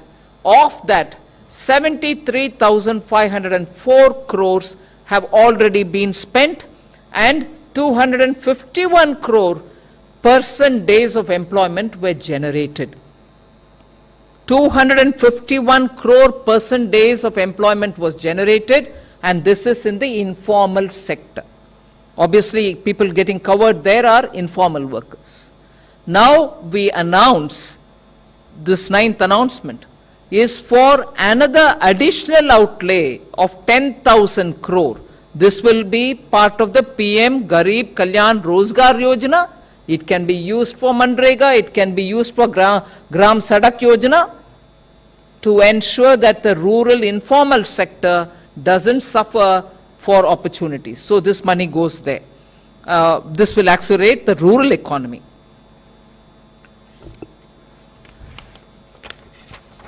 गांव में और गरीब के लिए रोजगार की कोई कमी ना आए, ये माननीय प्रधानमंत्री जी की सोच भी है। और माननीय वित्त मंत्री जी ने जब प्रधानमंत्री गरीब कल्याण रोजगार योजना का पिछला ब्यौरा भी आपको दिया कि किस तरह से 116 जिलों में 37,543 करोड़ रुपया अब तक खर्च किया जा चुका है, और इसमें प्रधानमंत्री गरीब कल्याण रोजगार योजना के साथ साथ जो समूहित किया गया है, जोड़ा गया है,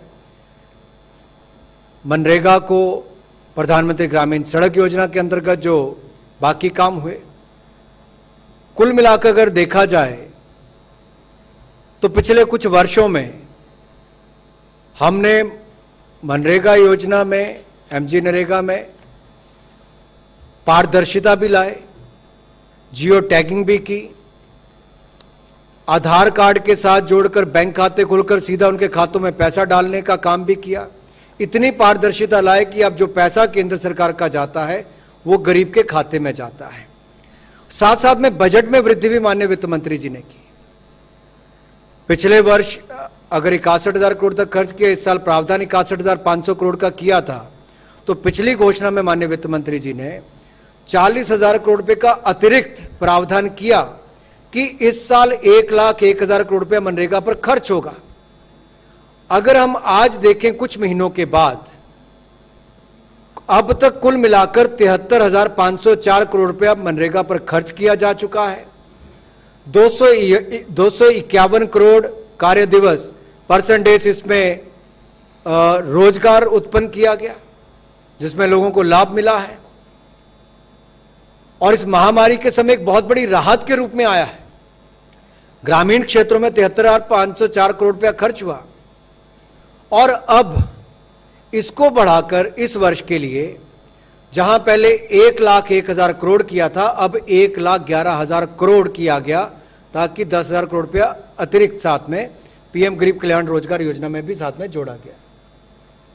I go to the 10th, just two more after that, 12 announcements. So 10th one, we will boost exports, and this is done through the additional 3,000 crores which we want to give the Exim Bank for promoting exports which happen through the lines of credit. What are these lines of credit? These are normally used by countries to which India extends this facility under the IDEA scheme, which is normally monitored through the Ministry of External Affairs.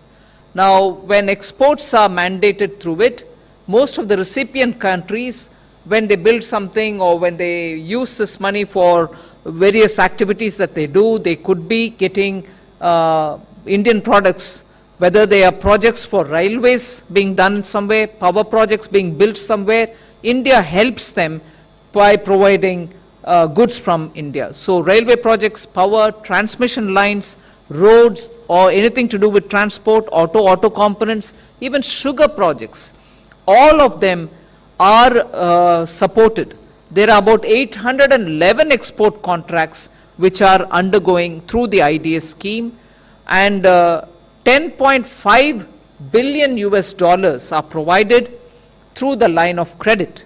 Now, in order to facilitate Exim Bank undertake these line of credit activities and for promoting projects export, which happens, many of the Indian companies go and complete these projects there. They undertake a railway project or a power project. Many Indian companies go to do that, for which products from India are exported for those. Exim Bank facilitates this. So Exim Bank gets 3,000 crores just for this activity under LOC, line of credit.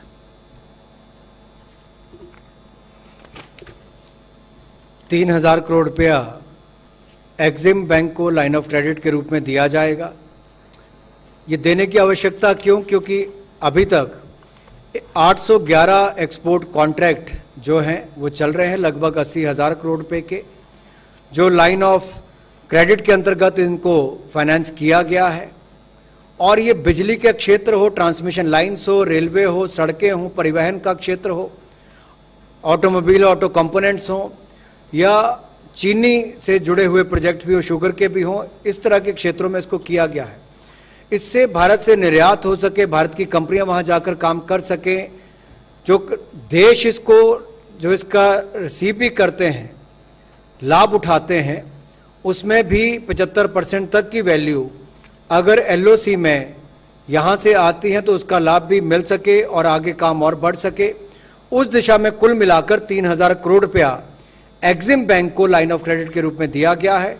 इससे और लाभ मिलेगा ताकि और कार्यक्षेत्र को बढ़ाया जा सके और ज़्यादा प्रोजेक्ट्स किए जा सके। The next one, the 11th announcement for today, is keeping in line with the government's belief that public expenditure for infrastructure is important at this kind of a time when demand boost has to be given. 10,200 crores additionally is being provided so that capital and industrial expenditure can be undertaken. These will be primarily through the defense equipment. Domestic defense equipment manufacturers will benefit from it. Industrial incentives, industrial infrastructure, and green energy. For these purposes, 10,200 crores are being additionally provided. You may recall that during Atmanirbhar package, 25,000 crore was given over and above the budgetary capital allocation which was made. In the BE, I think broadly about 4 lakh crores were given. Now, with the Atmanirbhar package announcement, we gave 25,000. Now an additional 10,200 crore of budgetary outlays being made, over and above the budget provisions, in order that the capital and industrial stimulus is given a proper priority. This will of course benefit those particular sectors because domestic defense equipment manufacturers are doing well. There's a need for them to be given that kind of a support so that those equipment and industrial infrastructure gets built.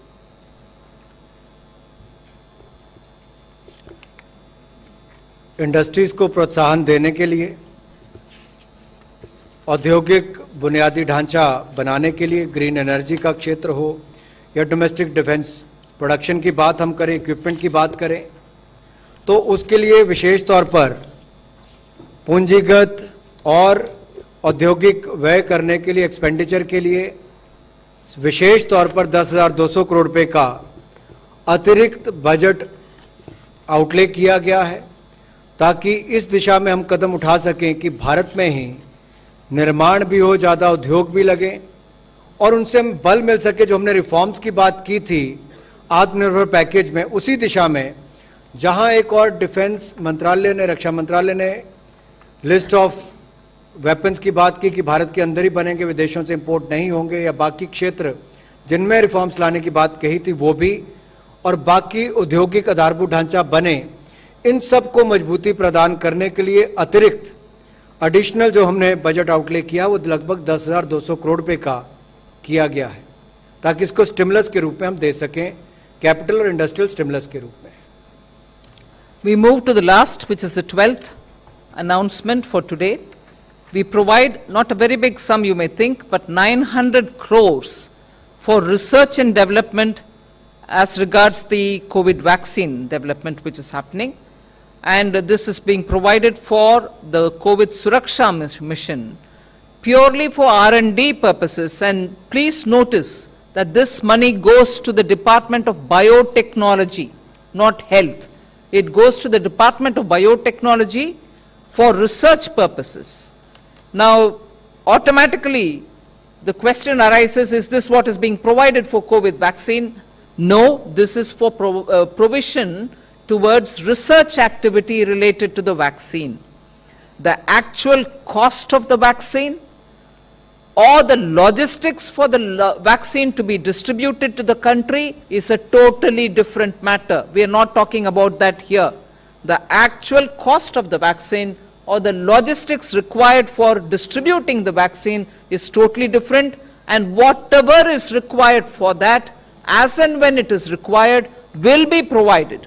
But this is totally a different purpose, and this is for research towards the vaccine development, which goes for the Department of Biotechnology.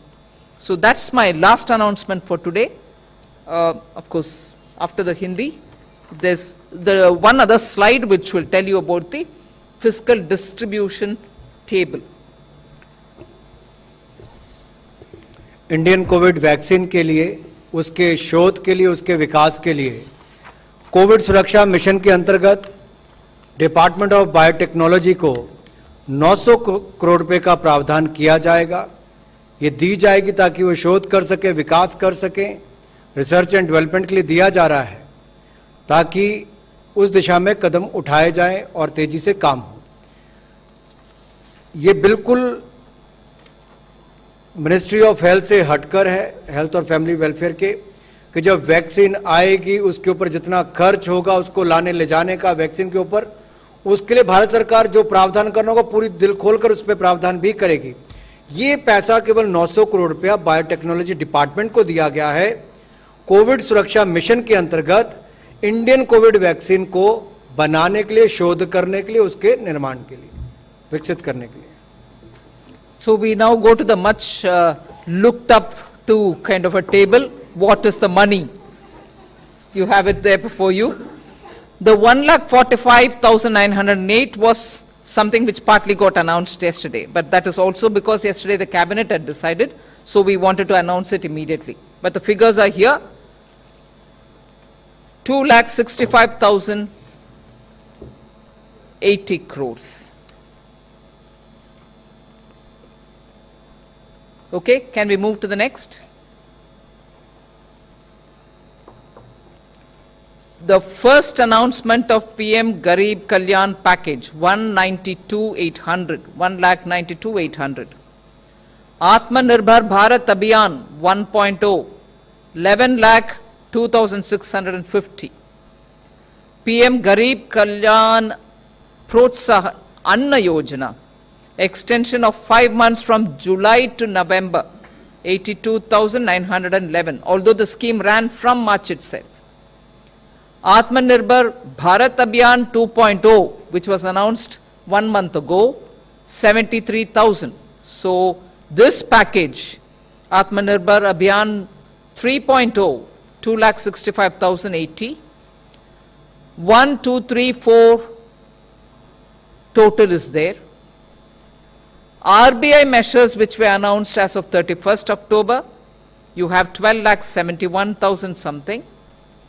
Totally 29,87,641 crores.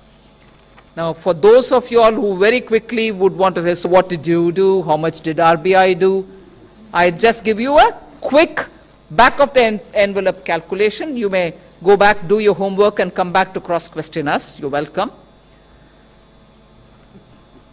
total of 15% of the GDP is what has been given here as stimulus till today. Total of 15% of the GDP. You may divide that between the government and the RBI, never mind. Just the government, 9% of the GDP. With that, I conclude. Thank you. Thank you very much, ma'am. 26, we take the question. Good afternoon, ma'am. Shishir from Hindu Business Line.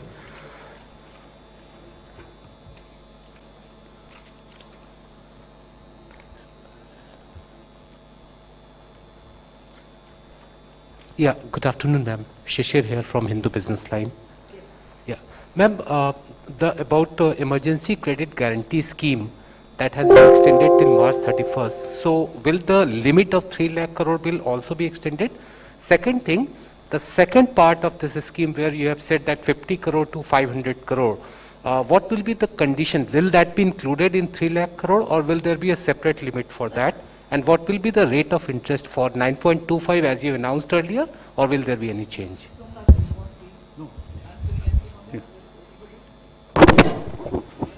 As Madam has just announced and gave the progress of the ECGLS, so we have already utilized 2 lakh crores out of the 3 lakh crores.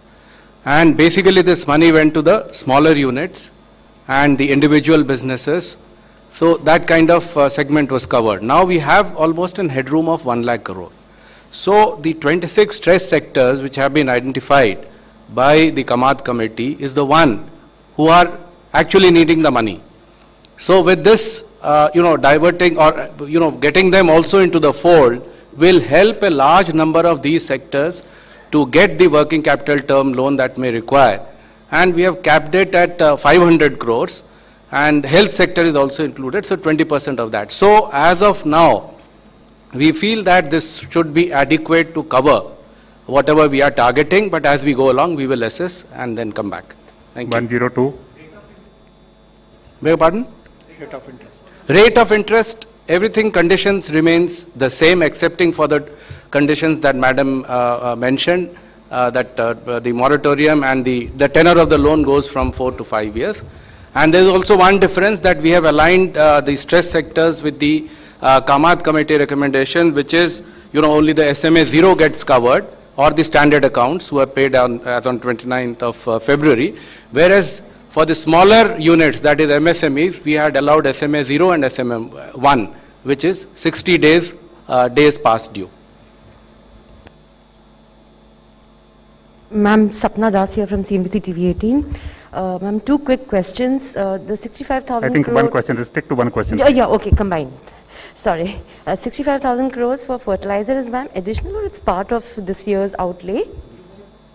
You want to repeat your question? It's getting a bit muffled. 65,000 crore allocation for fertilizer is additional or part of this? And ma'am, one broader question. You spoke about the Moody's reassessment of growth numbers for this year as well as the next financial year. Of course, FY22 they have given a kind of a lower number. But what's the kind of estimate that we are working on as of now? What would be your reassessment of the Indian economy outlook? Can we focus on the stimulus announcement today? And are we out of the woods yet or still some distance to go? Hasn't my first slide explained it all? It's everything. So I think I've answered your question on that, and that particular first question that you asked, yes, it is additional. Number 6. Ma'am, Timsi Jaipuria, this side from CNBC TV 18. When we talk of the overall sentiment that cases are reducing, which is actually leading to a positive sentiment in the economy, what is your assessment from this particular stimulus package? What sort of an investment boost are you looking at? Because PLI will take some time and some of the measures are immediate. And what sort of a sentiment do you see in the economy for the remaining part of the fiscal? Because as we predictable. Timsi, one thing about the PLI, every time we announce it, we are conscious that it is going to take time, it's not immediate, we think. But I would want to say it is actually immediate. Look at the way the PLI first announcement for the 3 sectors which was made, and look at the response it has received. As a result of which, stakeholders in the other sectors felt that if they also had a PLI given to them, their sector will also get, a lot more robust. And the kind of investment which is coming into this country based on the PLI announcement for the mobile telephone operation and manufacturing. So PLI is a scheme which will run for long, medium term, but it has immediate impact on decision making for investment. Considering that in this country we have also, I have the finance secretary sitting next to me, who took the first major milestone decision of reducing the corporate tax. That together with the PLI has actually rushed in a lot of investment into this country for those sectors which were 3 in number. Now we expect the same response for these 10. 33. I think there are a large number of questions. We from are the side doing here. everything to improve the sentiment. You should tell me what is the sentiment you're getting in the ground. Okay, they Yes. will Good afternoon, ma'am. Yeah, This is Mukesh Kaushik from Dainik Bhaskar. You just informed us that rupees 25,000 crore were provided as additional capital expenditure to Ministry of Transport and Ministry of Defence. Can you tell us what portion out of it is being provided to Ministry of Defence, and was it necessitated because of the current standoff going on at LAC? And can you give us an estimated amount of subsidy which would be given on account of EPFO contribution in category of 24% and 12%? Let me first clear the first question that you had in your mind. Giving that kind of money for the defense, particularly for production, domestic defense production, has been on its own steam growing substantially in the last 5-6 years. A lot of Indian companies are producing world-class defense equipment. Today we want that sector to be able to grow and export. So the amount declared there, 45,000 crores which you are referring to, was given with an intention that that defense production sector can grow and make India a manufacturing hub for defense equipments. That is the overriding reason. And the breakdown between defense and any other sector, I think gradually we'll share it. Do you have something now? You can always. As regards the 25,000 that was announced 1 month ago, 10,000 was for the Ministry of Road Transport and 15,000 was for Defence Capital. And Defence Capital is for long-term purposes. The money is released this year for the purchase of defense equipment. It has no direct relationship with the situation on the border. 16. Manufactured in India. Manufactured in India, yeah. 16. Yeah. That is given in the table. You can see the figure of 4,500 crores, which is in the table that was shown here. Ma'am, I come back to the question about in terms of the announcement that you have made. This is the third package. Your secretary expenditures there, you have been working on the fiscal deficit. You're not going to be able to meet this target this year. How much is it going to go above? And second, most important, this money that you're borrowing from the market, where is it coming from? If you could kindly help us, because most people are concerned about in terms of how much will you breach the fiscal deficit? We are working on it. I'm sure sooner you'll get to know what is the kind of fiscal deficit number that we are wanting to give you after our calculations are worked out. And as regards where this money is coming from, Tarun had released a borrowing calendar, an amended borrowing calendar, so obviously we'll meet it out with that. 55. Good afternoon, ma'am.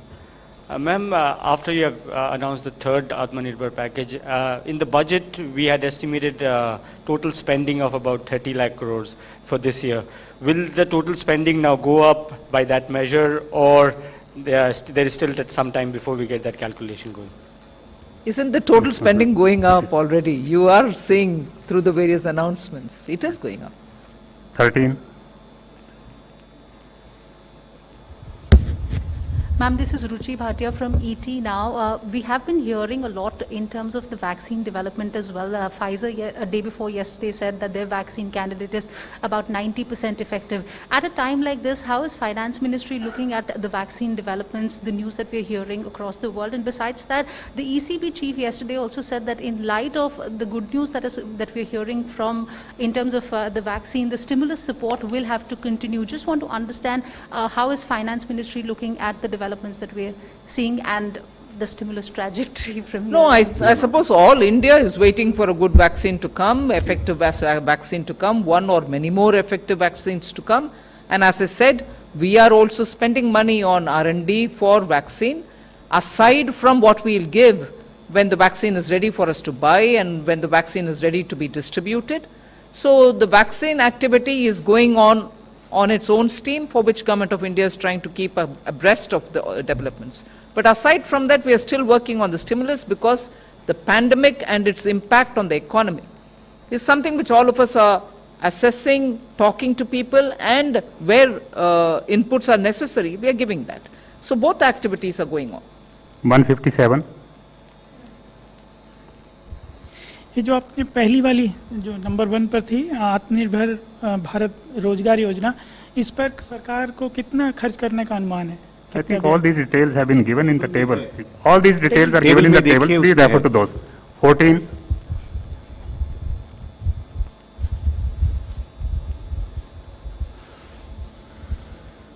मंत्री जी, हमारा सवाल आपसे है कि आपने कहा कि 26.4 जो है वेंडर्स की एप्लीकेशन आई, तो उसमें आपने अभी तक जो लोन सेंक्शन किए हैं वो 13 पॉइंट समथिंग है, यानी सिर्फ 50%.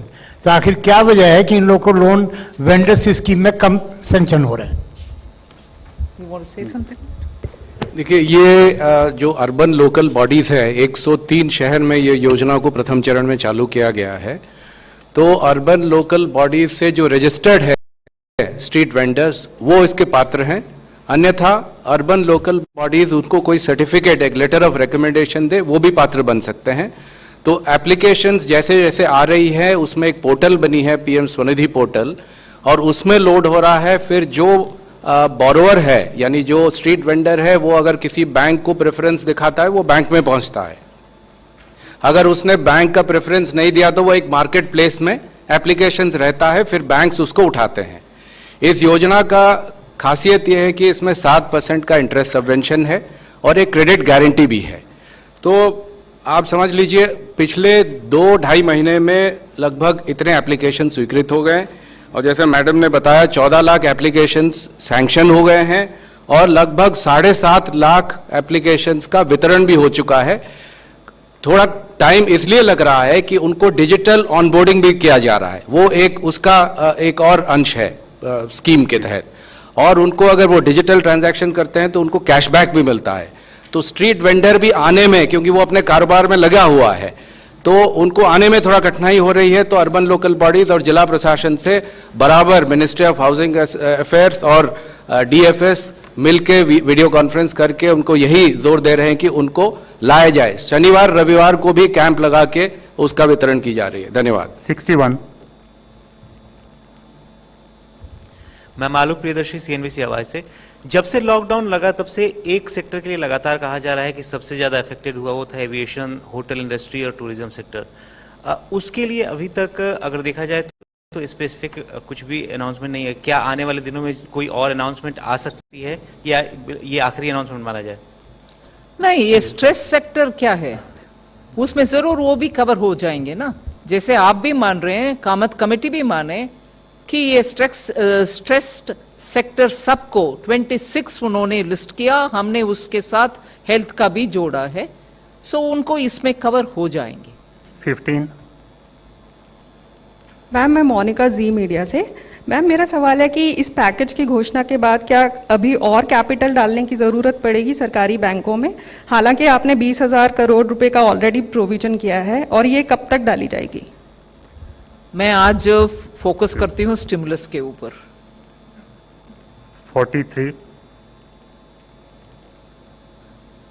This question is either for Madam Minister or the Expenditure Secretary. So just to confirm, your budgeted estimates and fertilizer subsidies for this year was 71,000 odd crores and some change.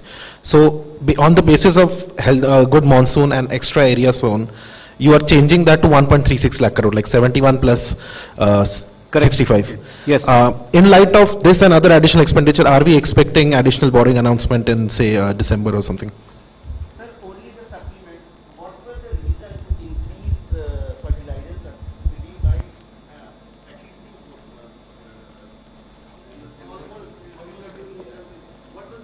Wasn't rural India doing well? Isn't your Rabi crop also being speculated that it will be good? Isn't farmers' demand for fertilizers something which this government from 2014 ensured that there are no riots on the street with farmers coming and standing in long queues for fertilizer? We want to ensure that there shall not be any shortage for farmers who will want fertilizer. They have performed extraordinarily well during the lockdown. We can't afford to let them down now, so we want to ensure that fertilizers more than adequately will be available for them. Number 10. I think, okay, bhai, this is already answered. He answered it already. Ma'am, this is Aishwarya Paliwal from India Today. Ma'am, you have already, you're saying you want to focus on the stimulus package today, but what's your assessment of what will happen in future? Because we are seeing COVID numbers rise. So do you have an assessment of how it might impact the economy? Well, I'm not sure if these rise are all across the board. Yes, in some parts it's increasing and it's causing concern, but it's not across the board, and that is why the first point that we mentioned about how COVID is receding, at least in the figures that we've shown, and the mortality rate has also come down. So that is something which we have to take on board. 44. Ma'am, on your fifth announcement, which is related to infra and the construction, which has been extended to ongoing infra contract, which are free from dispute, you said. Ma'am, with this regard, there has been issues from the investor, particularly foreign investors, with respect to enforceability of contract and the speedy dispute resolution. Do we see any particular, mediator or fast-track court settlement to deal with the infra-related contract, ma'am? You want to say anything on it? Yeah. It's essentially, A, it is not part of this package. B, it's more a matter within the purview of the judiciary than of the executive. So I don't think there's anything useful that I can tell you today. For the settlement of these contracts, in fact, if you see that during the last 1 year, the number of special courts, Ministry of Law has been working with the respective high courts, and then they are setting up special courts only to handle this, the commercial disputes.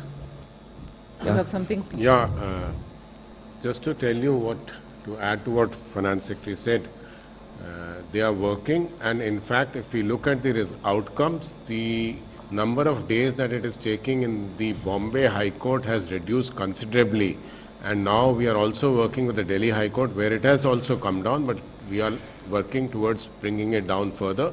So a lot of action has taken place on that front. A lot of courts have been notified as exclusive courts for settling these matters. Ma'am मैं मनीष कुमार हूँ news 24 news channel से इस तरफ ma'am अभी हाल में हमने देखा कि बिहार विधानसभा चुनाव के दौरान सरकारी नौकरियों को लेकर काफ़ी बात की गई। आप जितनी भी घोषणाएं कर रहे हैं इसके ज़रिए अलग अलग सेक्टर में रोजगार का सृजन होगा, लेकिन क्या सरकार इस बात पर मंथन कर रही है कि सरकारी नौकरियां जो अलग अलग पद विभागों में जो पद रिक्त हैं उसको भी भर्ती किया जाए जिससे कि रोजगार का सृजन हो? क्या इस पर सरकार गौर कर रही है क्या? Point taken. 82. Hi, ma'am. Ramya from the print. I just wanted to. Ma'am, I just wanted to check with you that yesterday the RBI also talked about the unrelenting pressure of inflation and said that it's a major downside risk to growth. So, is there any more inflation management measures that we can expect from the government? Also, the PLI scheme allocation of 1.45 lakh crore, it will be spread over the next 5 years in terms I think of yesterday budget it is already explained. All details are given in the public domain. Last question, 11. Just on the point of inflation, strictly the perishable goods are the ones which went up. And on the perishable goods, it's more because of some districts which got flooded. There are just not short-term but medium-term steps which are being taken by this government for better preservation of perishable goods, long shelf life, and so on, and providing a lot more weatherproof storage, particularly for crops like onion and potatoes.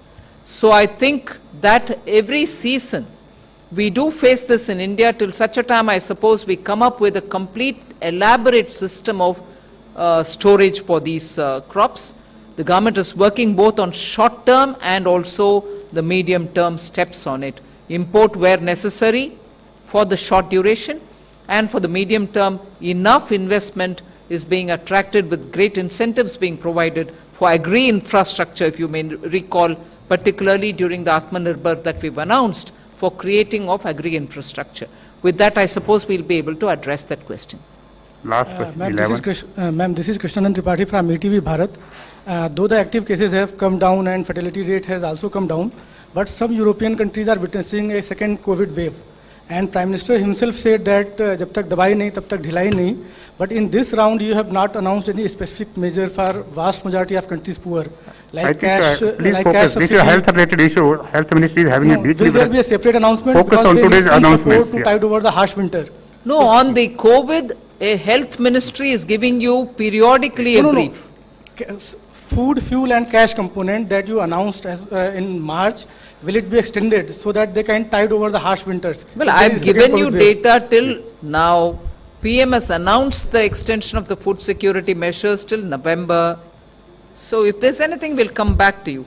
I just want to take one additional input which I'd given about establishments which employ 1,000 or below. And I said probably we'll be able to cover 95% of establishments in that. I've been just corrected by Tarun. It's not 95, it's 99.1% of all establishments will be covered by that.